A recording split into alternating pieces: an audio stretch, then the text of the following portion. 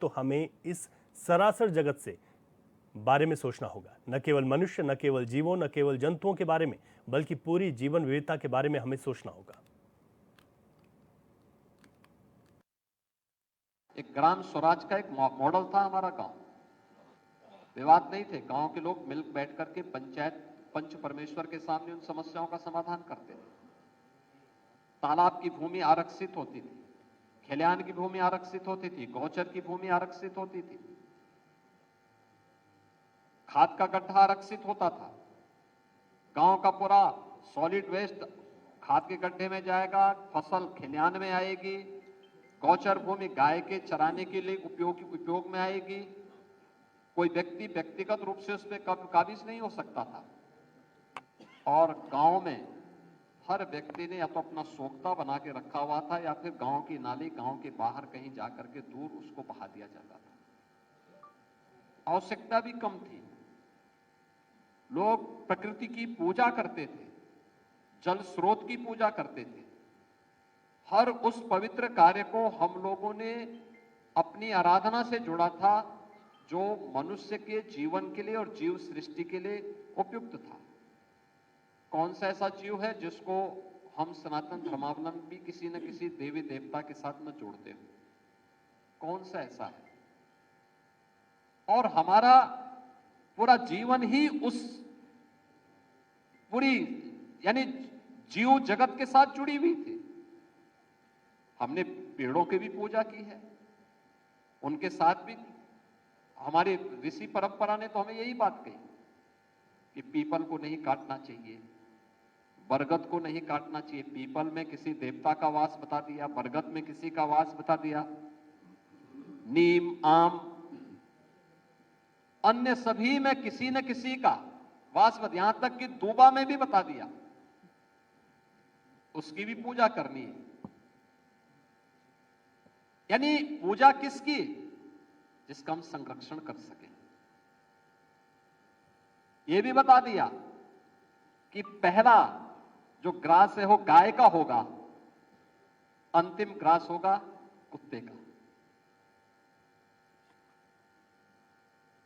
मुझे बचपन की याद है, अगर घर में कभी बरसात के समय चींटियां निकलती थी तो घर के बड़े बुजुर्ग क्या कहते थे कि देखो चीनी और आटा मिला करके इसमें डाल दो, ये अपने आप चली जाएंगी।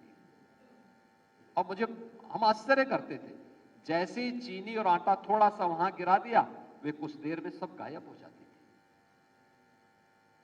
फैलती नहीं थी। आज अगर आप देखेंगे कहीं चींटी निकल गई तो लोग लेके आएंगे, कोई स्प्रे कर देंगे, उसको मार डालेंगे। पहले मारते नहीं थे, थोड़ा सा आटा और चीनी मिलाकर के वहां डाल देते थे, वो यानी कुछ ही मिनटों में सब उसको खा करके लेकर के गायब हो जाते थे। यानी समन्वय पहले था और उन सब के साथ मिलकर के जीवन चक्र संचालित होता था, लोग खुशहाल थे। आज हमने डेवलपमेंट के जिस मॉडल को अंगीकार करना प्रारंभ किया है, यही हमारे लिए आत्मघाती भी सिद्ध होता हुआ दिखाई दे रहा है। आज भी मैं बार बार इस बात को कहता हूं कि हम ग्रामीण क्षेत्र में या अर्बन बॉडीज में भी वाटर ट्रीटमेंट की कुछ देसी पद्धति अपना सकते हैं। नेचुरल प्रोसेस के साथ हम उसको आगे बढ़ा सकते हैं। हमें इस पे कार्य करना होगा। यह आवश्यक नहीं कि हर कार्य को हम लोग आज के इस युग में हर को मैकेनाइज कर लें। हम ड्रेनेज को भी एसटीपी में ले जाना चाहते हैं, सीवर को भी एसटीपी में ले जाना चाहते हैं, औद्योगिक कचरे को भी एसटीपी की तरफ ले जाना चाहते हैं। क्या आवश्यक नहीं है? जहां पे एसटीपी की आवश्यकता है वहां उसका उपयोग हो, लेकिन जहां पर सामान्य ड्रेनेज है उस ड्रेनेज को हम सामान्य नेचुरल प्रोसेस के माध्यम से भी हम उसका ट्रीटमेंट कर सकते हैं। और जहां पे लोगों ने थोड़ा प्रयास किया उसके बहुत अच्छे परिणाम सामने आए हैं। और मुझे लगता है कि उस दिशा में हम सबको उन सभी मुद्दों पर आज की इस नेशनल सेमिनार में इन सब पर चर्चा करने, उसके लिए अलग अलग टीमों का गठन करने, अलग अलग स्तर पर उन प्रयासों को आगे बढ़ाने की दिशा में कार्य करना होगा।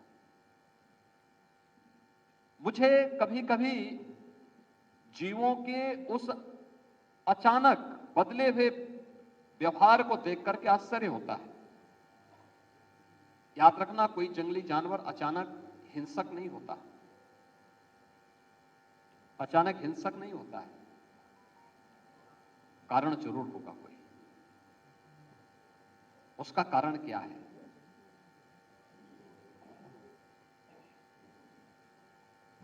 हमें उस पर विचार करना होगा। और मुझे प्रसन्नता है उत्तर प्रदेश के वन विभाग ने पिछले 8 वर्ष में